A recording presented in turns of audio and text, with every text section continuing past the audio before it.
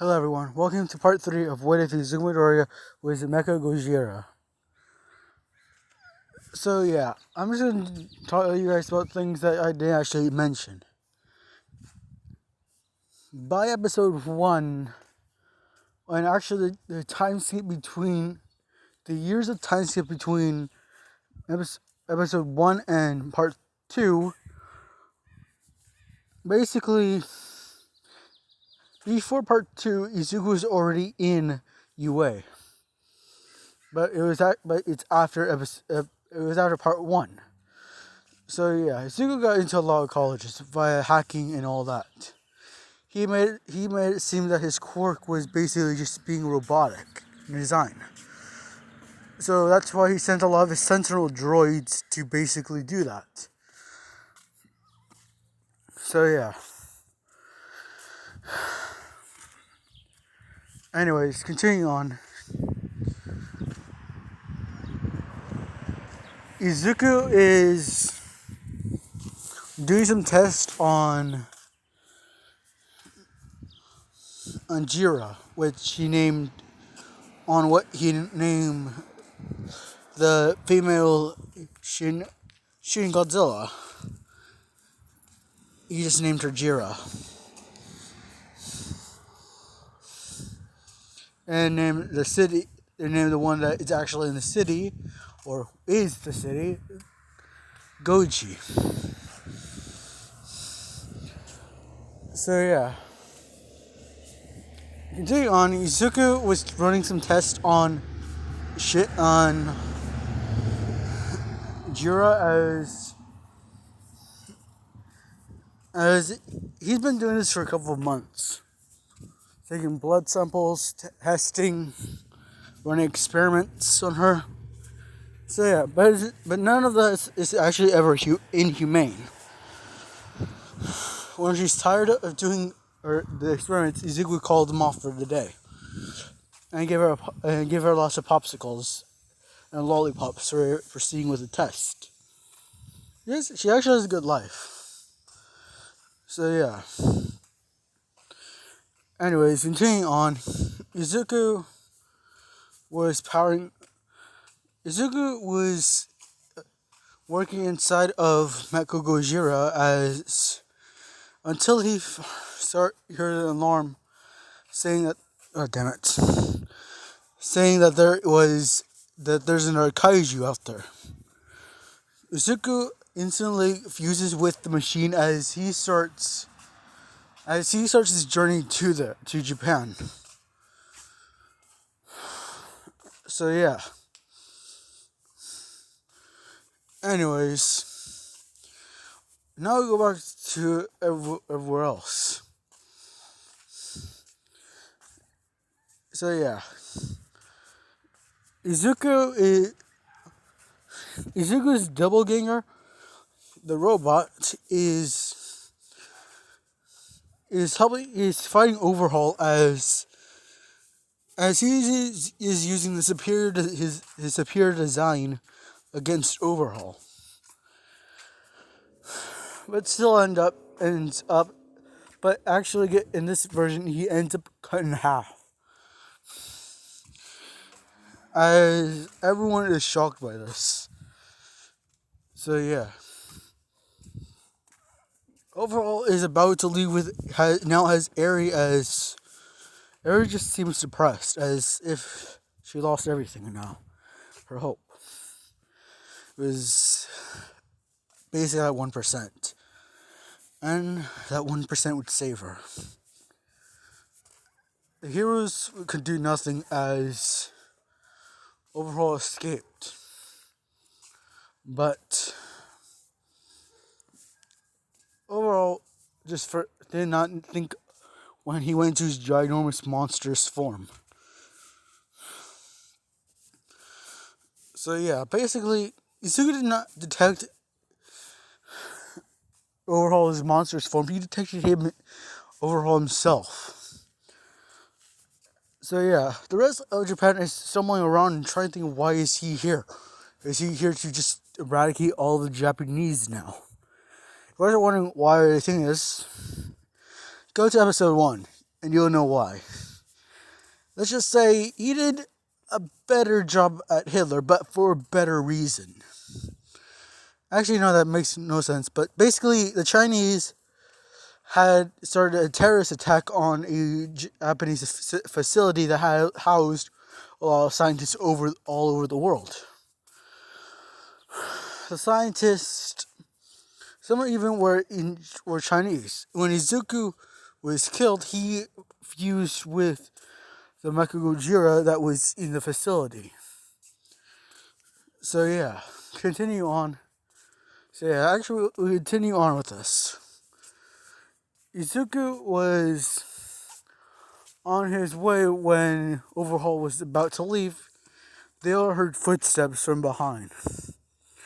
Overhaul went to look behind until a missile was launched at him. As Overhaul didn't even think that it would awaken and to go for him. So yeah, Izuku punches Overhaul to the ground as Eri just falls off. Izuku releases a cable that basically stabs Eri through the leg, but just as a grapple as he takes her inside of Mekagojira. So yeah, Overall tries to use his quirk on this, but not knowing it's of a metal called nanometal, a metal that's able to regenerate quicker than light. But since Izuku's immense size, it takes a while for it to regenerate a body part. So yeah, Izuku uses his tail to basically start cutting Overhaul, as he uses his arms to grapple. So yeah.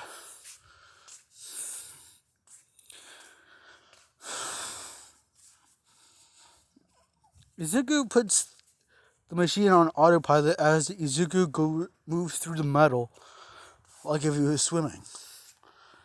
Izuku then goes to Eri as he turns on as he put her inside of the factory where Izuku makes all his machines. So yeah,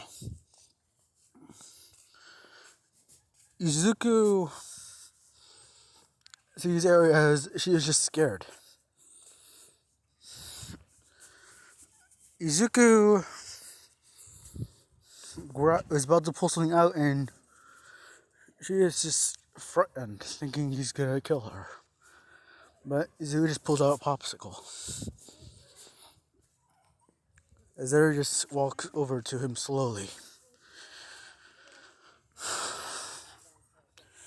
Izuku holds out a hand to her as Eri takes Izuku's hand and the popsicle, quickly running away from him back to the corner where she was. Izuku said, "My child, you have suffered so much. You probably have suffered more than I have. My metal heart cannot take any more of this. I will liberate your body now. You will not be in pain no more." If that sounded creepy, yeah, I just now noticed that. But basically, Izuku's meaning by liberate, he's going to take her pain away. That pain being Overhaul.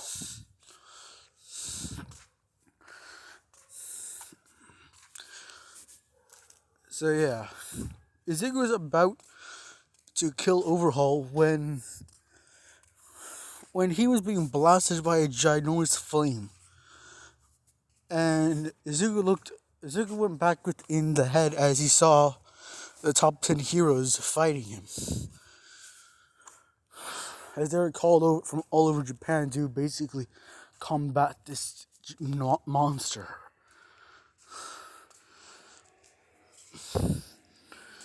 Izuku then let out a loud screech that halted their attack. Izuku went back to this area right here. So Izuku swam back over there as he opened up the hatches that were there. Izuku took away all the nanamail from that blocked him from the outside. And the heroes saw just a 16-year-old boy covered in metal. It almost felt like, to them, they actually felt pain as they saw him. But they did not know what he is, or why he committed an entire genocide of China. For right now, they know he's a villain.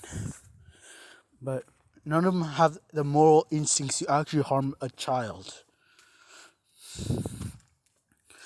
Anyways, Izuku speaks out via a microphone that is within Izuku's mouth, as his literal lower jaw and vocal cords were destroyed during the explosion, where Izuku was in the same room as the mekagojira he lives in.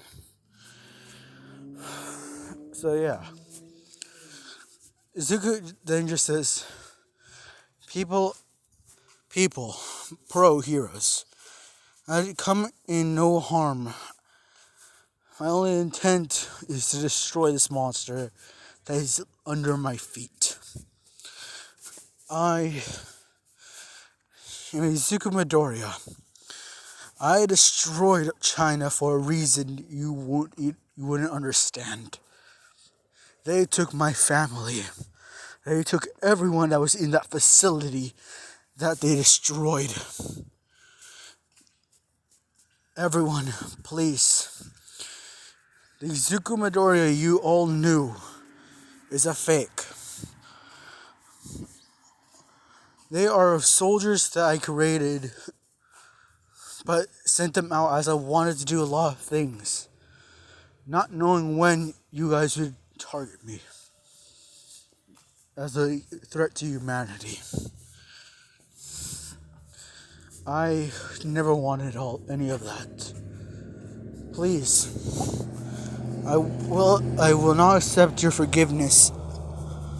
No. Izuku got on his knees and he says, I will not accept forgiveness because I want to forgive myself. I will never accept your forgiveness as I caused too many atrocities that would count as war crimes. I committed an entire genocide of one of the biggest continents on Earth. And knowing and thinking that I will attack them someday. A lot of Asia fled into Europe. They made your supplies are dwindling. I know this. That's why I am here now. I want to help. To make up for my wrongs that I have caused.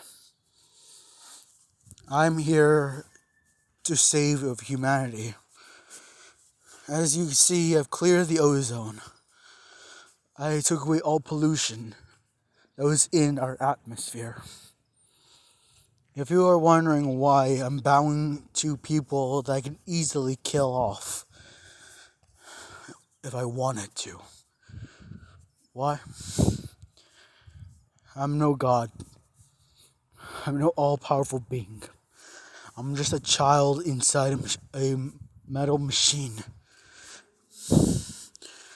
That machine has the ability to do this. I do not. It has the ability to commit the atrocities I have made. I do not. I committed those atrocities, but it was that body that did them. I take full responsibility for everything that I caused. Pain, suffering.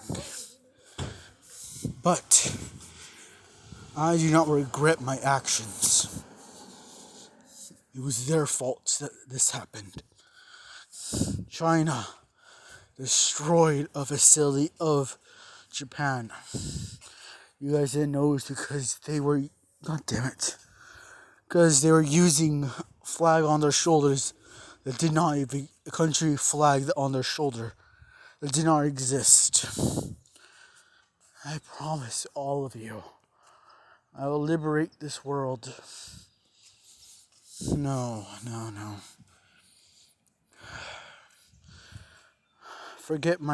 I'm forgetting all my past goals in life now. I wanted to become a hero like All Might. But what have I caused to all of you? Pain and suffering. I destroyed cities in my battles against the titans you call Gojira. And you all think I killed them all. But that is one big lie. I helped them. I liberated them. They are waiting at my command as from my experiments, I concluded that they all fall in alpha. But they also follow honor. The code of Bushido. That they follow, but not only do they follow an alpha, they follow the most honorable among them. They consider me that now. Years of experimentation I've done on them. They forgive me for everything.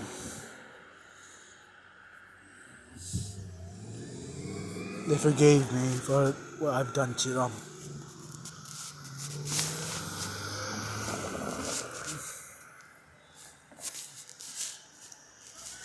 I wait for my trial to whether I should be executed or permitted to live, or rot in the rest of my years in prison. Izuku bowed to everyone of the world.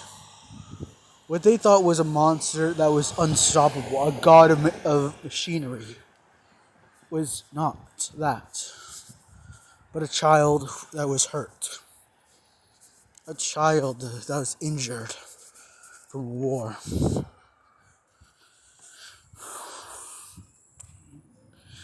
All countries of the world that Izuku went to and caused so many bad things that went there, all decided to vote to see if they should allow this monster to live among them.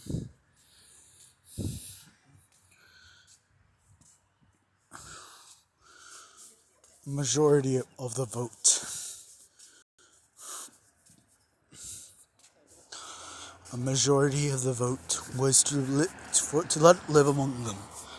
As Yue planned to take it in to see if it truly is what the robots were, human.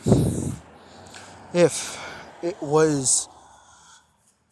had humanity within it.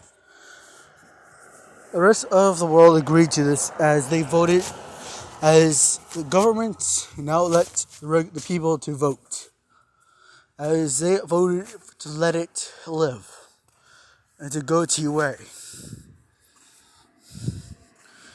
Though a lot wanted it to be used as a weapon for mass destruction, that the U.S. planned for it, if that were to go into their votes.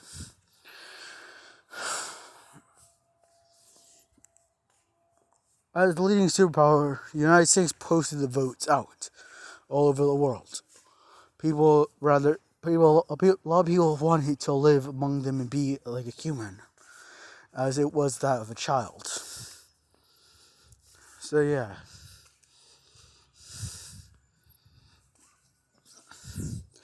Continuing on, Izuku kept on just. Izuku's now in UA as he was in a jacket. Izuku looked at his arm, pulled up his sleeve as he looked at his arms. The rubber feels like my skin again. Izuku was outside of class as he was wanting to open the door. But Izuku had something to do. Izuku stripped himself as he started ripping off all of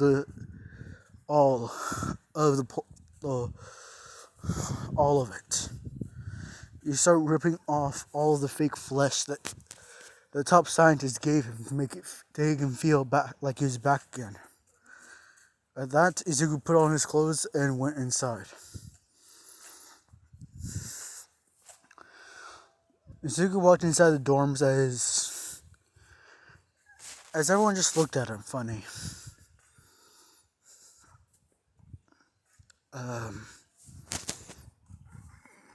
Izuku then saw someone he remembered. God-chan. Nerd. God-chan. Izuku started crying as he says, "Is that you?"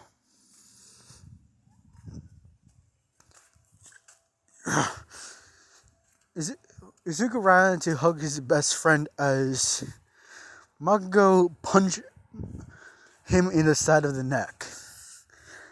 I should have expected that. That's for killing off every Chinese person on the world and taking that part of the Asia continent for yourself. Makago then kicked Izuku in the stomach. That's for harming so many of everyone else.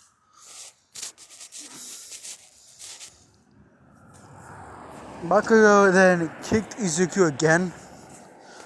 This time in the stomach. He says, "This is from made me worry about my best friend. And this, my balls. Why my balls?"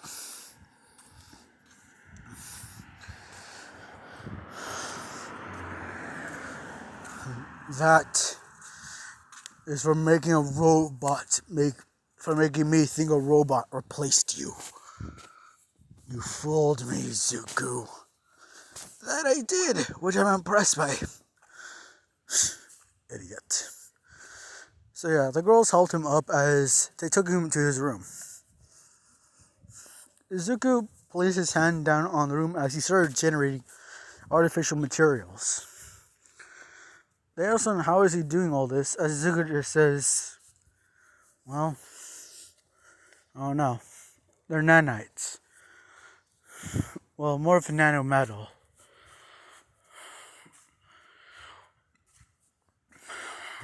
They are able to. They are a metal that rebuilds itself when broken. You can never fully get rid of it, as it will generate itself back again.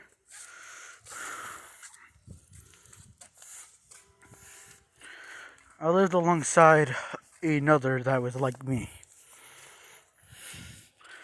I call it Goji. I never knew her name. She used to be the head that was on the side of my neck when I was in my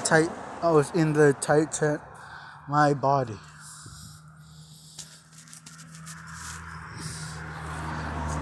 Jiro then asked Izuku something. "Hey, can I show you something?" "Huh? What is it?" Jiro pulled up a video as she showed him. Wait for me, guys. Sorry, I cannot pull up the video, but I will say it.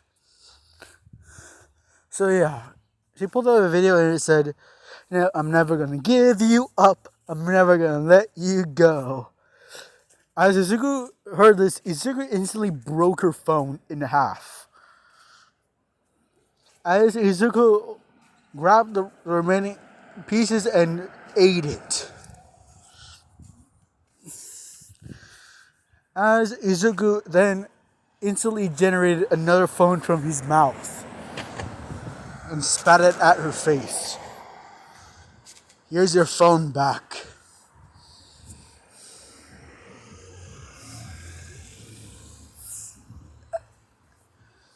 Did you seriously just eat my phone and then rebuild it?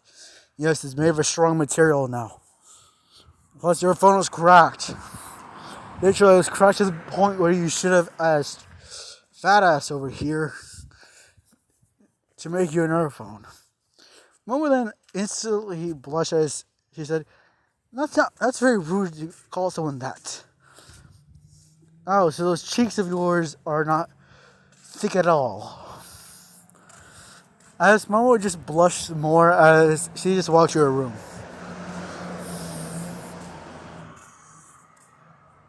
Sorry. Never been around people for a while. Years, actually. No, I've just been in that body. I literally have a lot of dates on my journal. I can play them to you. As everyone thought about it and decided, hey, sure. So yeah. Izuku generated a DVD and DVD player. Izuku brought them over to the common room and plugged it into the TV. But seeing that I did not have enough, as Izuku broke the TV, ate the TV, and spat that fucker out.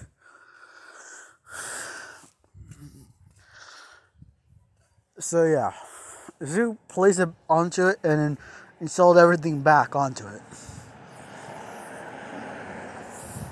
Izuku then plugged in the DVD player and they watched all entries of his journal. Next day,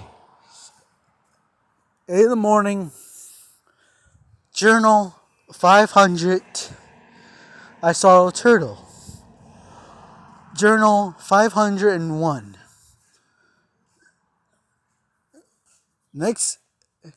Now at 8 a.m.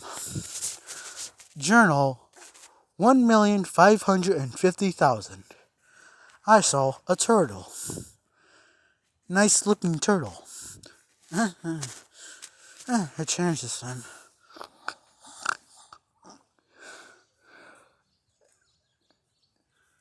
10 a.m. I saw a peacock. Interesting.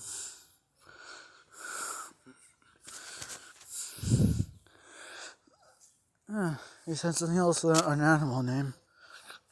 Yeah. Ashaka then landed her head on Izuku's lap as Izuku just petted her.